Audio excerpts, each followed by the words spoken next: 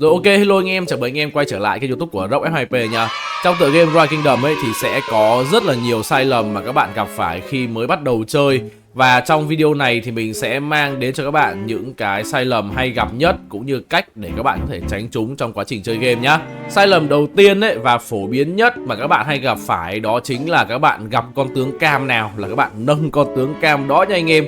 Game ấy thì sẽ có rất nhiều tướng luôn. Càng chơi thì game sẽ càng mở cho các bạn những cái vị tướng mới. Tuy nhiên thì ở giai đoạn đầu game các bạn sẽ thường là mở chìa khóa vàng đúng không? Các bạn sẽ nhận được những con tướng từ chìa khóa vàng. Ví dụ như là Tào Tháo này, ví dụ như là Cleopatra, Elsit, Frederick, nó Caesar. Thì các bạn sẽ gặp những cái vị tướng này ở giai đoạn đầu game rất là nhiều. Và cái sai lầm phổ biến mà mình đang muốn nói đến ở đây ấy, đó là khi các bạn thấy tướng cam thì ngay lập tức các bạn đã nghĩ trong đầu là tướng cam sẽ là con tướng mạnh hơn so với những con tướng tím. Thì điều này nó cũng không có sai. Tuy nhiên thì để một con tướng cam đạt được tối đa sức mạnh ấy, các bạn cần phải nâng tất cả những cái chiêu của nó lên cấp độ 5. Và điều này sẽ tốn của các bạn một cái lượng tài nguyên rất là lớn. Một người chơi Royal Kingdom lâu năm ấy thì thường người ta cũng chỉ có thể mắc được khoảng tầm 4 con tướng cam một năm thôi. Đó là trung bình người chơi nhá. Thì nếu mà các bạn mới chơi tầm khoảng 1 tháng, 2 tháng, 3 tháng đi thì chắc chắn là các bạn không thể nâng max skill những vị tướng cam này được đúng không? Vậy nên thì khi các bạn mới bắt đầu chơi ấy, nếu các bạn mà có mở được tướng cam, lời khuyên của mình là anh em hãy lờ nó đi nhá. Các bạn hãy đừng quan tâm đến những con tướng cam này, tại vì các bạn sẽ không sử dụng đến nó đâu. Thay vì đó thì chúng ta nên tập trung nâng những cái vị tướng tím đầu game. Ví dụ như là Tôn Tử này, ví dụ như là Bai Ba, hoặc là những lựa chọn như là Herman này, đó, Kusunoki. Thì đây là những cái lựa chọn tướng tím ở giai đoạn đầu game. Và đầu game thì tướng tím cũng khá là mạnh nha các bạn.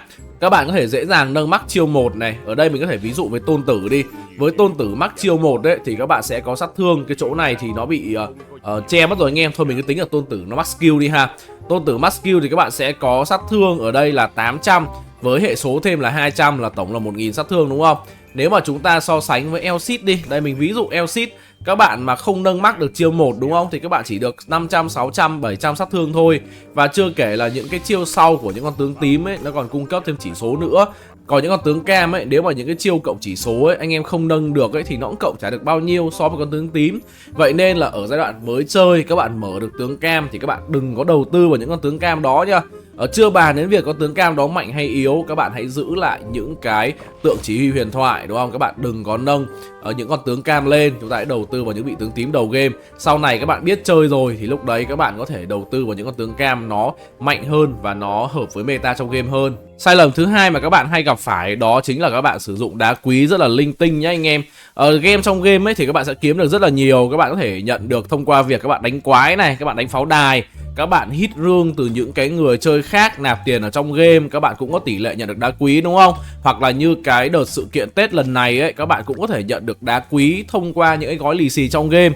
Các bạn sẽ có rất nhiều cách để có thể kiếm được đá quý trong game luôn. Và cách phổ biến nhất là giống như mình đang làm là mình đi đào game. Tuy nhiên thì khi các bạn đã có đá quý rồi ấy thì cái việc mà các bạn mắc sai lầm là nó rất hay xảy ra. Tại vì khi các bạn không có thì các bạn không xài. Còn khi các bạn đã có rồi ấy thì các bạn xài nó rất là linh tinh. Ở đây thì anh em nên tránh những cái trường hợp xài đá quý ở giai đoạn đầu game ấy. Các bạn không nên dùng đá quý, thứ nhất là để nâng nhà này, để mua tài nguyên này, để mua trong shop VIP. Hoặc thậm chí là nếu các bạn dùng game ấy để chơi sự kiện đầu game, mình cũng không khuyến khích nha anh em. Ví dụ đợt này chúng ta đang có cái sự kiện 30.000 game đi thì mình không khuyến khích các bạn mới chơi là chơi sự kiện 30.000 game nhá. Hoặc là đập trứng này, đập búa này, lật bài, rất nhiều sự kiện để các bạn dùng đá quý luôn. Nhưng mình khuyên anh em ấy đó là đừng có dùng đá quý vào những cái sự kiện này. Đối với những người chơi cũ đi, ví dụ như mình đi, nếu mà mình chơi lại ấy, mình hoàn toàn có thể dùng một cái số lượng game ít thôi đúng không? Tầm khoảng 1.000, 2.000 game vào những sự kiện đó. Nhưng mà đó là do mình đã biết chơi rồi đúng không? Mình biết là mình dùng game đó để làm gì. Còn nếu các bạn là những người mới thì mình khuyên là các bạn đừng có dùng đá quý ở giai đoạn đầu game nhá. Các bạn chỉ dùng đá quý vào để lên điểm VIP mà thôi. Và nếu mà các bạn muốn dùng đá quý để lên điểm VIP ấy thì chúng ta sẽ hướng đến VIP 14 để có thể nhận được là 3 tượng chỉ huy huyền thoại trên một ngày. Nhưng mà nếu mà các bạn muốn dùng đá quý ấy để mua điểm VIP thì các bạn cũng cần lưu ý là phải dùng đúng thời điểm nha. Thời điểm thích hợp nhất ở đây là gì? Đó là lúc mà chúng ta có sự kiện không chỉ là đá quý hay là người chơi Royal Kingdom ấy thì chúng ta hay gọi là sự kiện tiêu game. Cứ mỗi lần ra sự kiện tiêu game thì game sẽ yêu cầu các bạn tiêu là 50.000 game và các bạn sẽ nhận được thêm đó là 26 tượng vàng. thì anh em tranh thủ những cái sự kiện đó, anh em mua 50.000 điểm VIP. 50.000 game là một con số rất là lớn nhá, chứ không hề ít đâu. Nên là cứ mỗi tháng, thường thì cứ khoảng một tháng tiêu game một lần, anh em mua 50.000 VIP, các bạn tiêu 50.000 game là mình thấy là hợp lý nhất. Chung quy lại, nếu mà các bạn dùng game vào những cái sự kiện đầu game thì các bạn sẽ có thêm một ít tượng này, một ít tăng tốc, một ít vật liệu. Nhưng mà nếu mà các bạn lên VIP chậm, người ta đã lên VIP 14 rồi, trong khi các bạn vẫn loanh quanh ở VIP 11, 12 ấy, thì sau này các bạn sẽ rất là nản nha. Tại vì cái lượng chọc vàng ấy mà VIP 14 cung cấp rất là nhiều, anh em không lên VIP 14 sớm thì anh em sẽ bị thọt tướng. Nó sẽ liên quan đến cái sai lầm đầu tiên, đúng không? Sai lầm đầu tiên là các bạn nâng tướng sai, xong các bạn kết hợp với cái sai lầm thứ hai, các bạn xài game linh tinh, các bạn không có VIP nữa, là càng ngày cái tài khoản các bạn sẽ càng yếu nha anh em. Đến với sai lầm thứ ba mà các bạn cũng rất là hay mắc phải khi chơi game, đó là các bạn thường là luyện lính dàn trải nha. Luyện lính dàn trải có nghĩa là gì? Đầu game ấy thì các bạn sẽ rất là nhanh có T4 thôi. Bạn nào mà rành ấy thì chỉ khoảng tầm 3 tuần đã có T4 rồi. Bạn nào mà chậm hơn thì tầm 30, 40, 50 ngày là các bạn cũng mở khóa lính T4. Nhưng mà cái sai lầm thứ ba mà mình đang muốn nói đến ở đây, đó chính là các bạn luyện lính dàn trải nha. Luyện lính dàn trải có nghĩa là gì? Tức là thay vì các bạn dùng tăng tốc huấn luyện đấy để các bạn luyện một đơn vị lính ở giai đoạn đầu game thôi, thì các bạn lúc thì luyện bộ binh, lúc thì luyện kỵ binh, lúc thì luyện cung. Thì đó là một cái sai lầm rất là chí mạng nha anh em. Tại vì ở giai đoạn đầu game ấy thì thường những cái công nghệ trong người các bạn ấy nó chưa có đạt cấp độ tối đa. Ví dụ như cái nick của mình đi, hiện tại mình mắc hết rồi đúng không? Thì kỵ bộ cung thì mình luyện cái nào nó cũng khỏe cả. Nhưng mà thường đầu game ấy thì các bạn sẽ thường chỉ nâng chỉ số cho một loại quân thôi. Vậy thì nếu mà mình ví dụ đi, các bạn nâng chỉ số cho bộ binh, vậy thì các bạn luyện kỵ với cung làm gì? Bởi vì kỵ với cung sẽ yếu hơn bộ trong nick của các bạn mà. Nên là các bạn nên nhớ là các bạn luyện lính ở đầu game ấy thì chúng ta chỉ nên luyện một loại lính thôi. Nó hàng ngày thì các bạn vẫn cứ luyện lính nhá, khi nào nhà lính nó trống thì các bạn luyện lính. Nhưng mà nếu mà các bạn quyết định sử dụng tăng tốc huấn luyện đấy, ví dụ như những cái sự kiện thống đốc hùng mạnh nhất này, ngày huấn luyện đó, các bạn định sử dụng những tăng tốc huấn luyện này thì anh em chơi bộ, anh em luyện bộ, anh em chơi kỵ, anh em luyện kỵ. Đó, càng nhiều lính của cái loại quân chính của các bạn ấy thì nick các bạn sẽ càng khỏe và đánh nhau giai đoạn đầu game sẽ càng sướng nhá.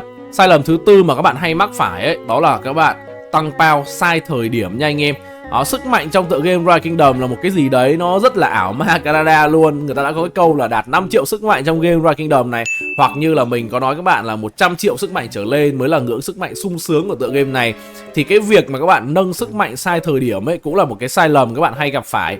Sai thời điểm là sao? Có nghĩa là ở giai đoạn đầu game ấy, lúc mà các bạn cần nâng pao nhất, cần tăng sức mạnh nhất thì các bạn lại không nâng. Đó, các bạn lại để dành tăng tốc, để dành tài nguyên. Đó, sau đến cái giai đoạn sau ấy, những cái lúc mà không có sự kiện ấy thì tự nhiên các bạn lại xài tăng tốc với tài nguyên để các bạn nâng nhà, nâng lính, nâng công nghệ. Thì đó là những cái sai lầm rất là chí mạng nha. Và để khắc phục cho cái sai lầm nâng pao sai thời điểm này ấy, thì mình sẽ có lời khuyên cho các bạn như sau. Thứ nhất là ở giai đoạn đầu game ấy, tức là tầm khoảng 1-2 tháng đầu tiên, mình cho là tầm 60 ngày đầu tiên đi, thì mình nghĩ là trong nick các bạn ấy không nên tích trữ một cái gì nhá. Các bạn có bao nhiêu tài nguyên trong người, các bạn có bao nhiêu tăng tốc trong người, các bạn hãy dùng hết đi. Các bạn hãy dùng để nâng nhà này, các bạn dùng để nghiên cứu này, các bạn dùng để huấn luyện. Các bạn không cần quan tâm đến ăn sự kiện ở cái giai đoạn tầm 1-2 tháng đầu tiên. Lý do là tại vì ấy, ở giai đoạn đầu game thì rất là nhiều người chơi đúng không? Chưa kể là những người chơi nạp tiền, những cá voi nạp rất nhiều tiền, hàng trăm triệu, hàng tỷ đồng ấy. Thì nếu mà các bạn mà nâng ở cái giai đoạn đầu game, các bạn mà muốn đua top thì các bạn cũng đâu đua được với họ đâu. Nên là cái việc mà các bạn nhịn tăng tốc, nhịn tài nguyên ở giai đoạn đầu là rất là sai lầm nhá. Vừa vào chơi các bạn có bao nhiêu tăng tốc, bao nhiêu huấn luyện, bao nhiêu nghiên cứu các bạn xài hết đi, úp pao cao nhất có thể. Việc các bạn có pao cao ấy sẽ giúp các bạn dễ dàng vào những cái liên minh top 1, top 2, top 3, top 4 ở giai đoạn đầu game hơn. Sau cái giai đoạn tầm 60 ngày trở đi ấy, thì lúc này sức mạnh các bạn tầm khoảng 10 triệu sức mạnh đi, là lúc này bắt đầu nó nâng chậm chậm rồi, thì các bạn sẽ không có bung hết tất cả nữa. Lúc này các bạn có thể trữ cái lượng tăng tốc nghiên cứu đúng không, tăng tốc huấn luyện xây dựng nó vân vân. Các bạn tích những cái lượng tăng tốc đó và các bạn sẽ chờ cái thời điểm thích hợp. Thời điểm thích hợp ở đây là gì? Đó là thời điểm mà có những cái sự kiện yêu cầu các bạn dùng tăng tốc hoặc là yêu cầu các bạn tăng sức mạnh. Ví dụ ở đây mình có sự kiện là quân đội hùng mạnh đi, diễn ra vào thứ Tư này.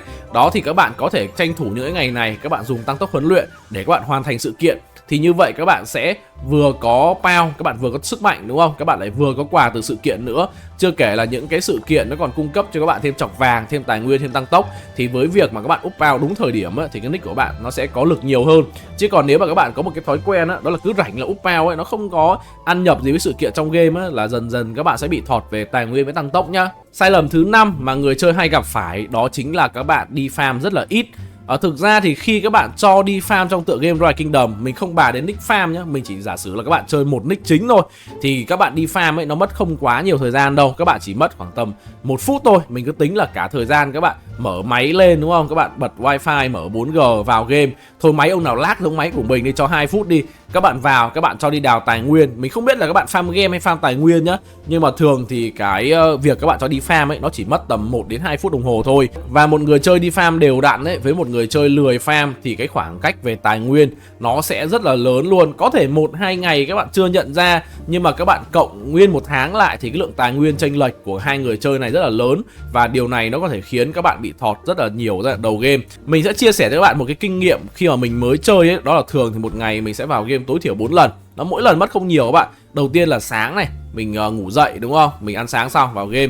Sau đó là trưa này, tiếp đó là buổi chiều và cuối cùng là buổi tối. Thì tối thiểu là một ngày mình có thể vào farm được 4 lần. Ở đấy là mình còn cho cả nick farm đi farm nhá. Còn nếu mà các bạn rảnh hơn, các bạn có thể vào ngày 5-6 lần cũng được. Tại vì cứ mỗi lần vào ấy thì thường các bạn đi farm tài nguyên nó mất tầm 2-3 tiếng đầu game cơ. Nên là các bạn vào farm xong là mấy tiếng sau các bạn đâu phải vào đâu. Nên là thực ra nó rất là nhanh. Anh em hãy nhớ là nên đi farm nhiều ra đầu game nhá. Sai lầm thứ 6 mà anh em cũng rất là hay mắc phải, đó chính là các bạn để phí cái thanh điểm hành động này. Các bạn có thể thấy là mỗi ngày ấy các bạn sẽ có một cái lượng điểm hành động nhất định. Nó ví dụ ở đây của mình đi, cứ mỗi 23 giây sẽ hồi phục được là 1 điểm hành động này. Và sau 6 tiếng nữa thì cái cây điểm hành động này của mình nó sẽ đầy. Nếu các bạn để cái thanh điểm hành động này nó đầy ấy, thì những cái điểm hành động tiếp theo các bạn sẽ bị lãng phí đúng không? Mà trong khi đó ấy, các bạn có thể dùng những cái điểm hành động này để các bạn đánh man rợ này, hoặc các bạn đánh pháo đài. Và cái việc các bạn đánh man rợ, đánh pháo đài ấy, nó sẽ cung cấp cho các bạn là tăng tốc này, ở sách kinh nghiệm này, tài nguyên này, đá quý này, vật liệu này. Nói chung là rất là nhiều đồ ngon tới từ cái điểm hành động này nha. Nên là các bạn thường mắc cái sai lầm đầu game ấy, đó là các bạn không đánh hết cái điểm hành động này. Có thể các bạn nghĩ là các bạn bận quá, nhưng mà thực ra thì các bạn vào game ấy, các bạn cầm 5 đạo ra. Nếu mà các bạn ít lính đúng không, thì các bạn đừng có cầm full đạo lính.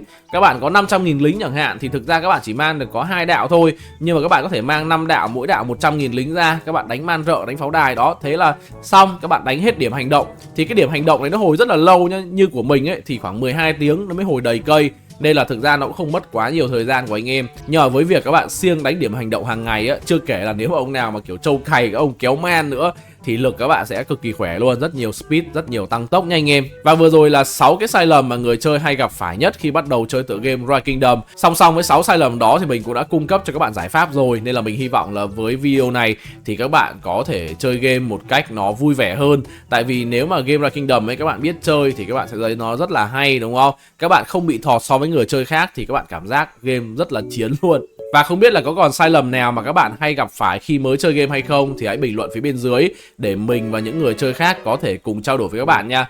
Cảm ơn anh em rất là nhiều vì đã theo dõi hết video ngày hôm nay. Hẹn gặp lại anh em ở những video sau. Bye bye.